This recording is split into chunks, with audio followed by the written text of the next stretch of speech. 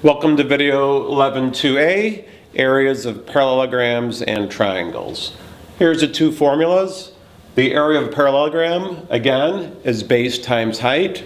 Just keep in mind that the base and the height always have to be perpendicular for all of these formulas we're going to use.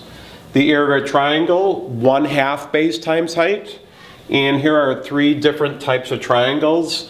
So here's an acute triangle, where I've got the base here and the height is on the inside. Here I've got a right triangle where the base is one leg, the height is a different leg. And here I've got an obtuse triangle where the base is here, and what we got to do is extend out and the height will again be perpendicular.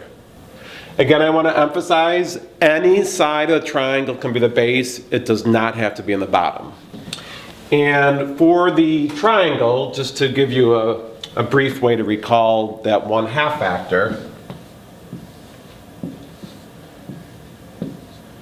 If you recall that the area of a rectangle is base times height, and then if you draw a diagonal like such, hopefully you can see that the area of this triangle will be 1/2 the whole rectangle, or 1/2 base times height. So that's an easy way to remember the 1/2. All right, so here's example 1. Find the area of this parallelogram. Again, a reminder, all answers should be exact simplified unless otherwise specified. All right, so we've got a parallelogram, we've got the base, if only we had the height.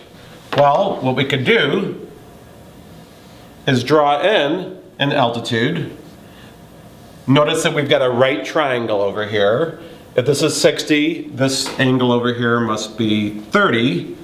And then hopefully you remember your 30, 60, 90 ratios. I'll write them down for you. 30, 60, 90, x, 2x, x rad 3.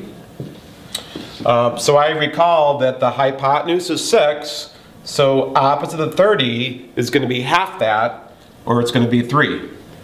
And then going from opposite 30 to opposite 60, the way I remember is you just multiply by rad 3. So going this way, that's going to be 3 rad 3. So however you want to do it. So now I've got the height, the base, I'm done. So I'll just write the answer up here. So the area is base times height, 14 times 3 rad 3, that's 30, 42 rad 3. Again, they didn't give me any units. The book will just leave it that way. I like to emphasize that it is units squared. We'll have a few more examples, but there you have it. How to find the area of a parallelogram and a triangle.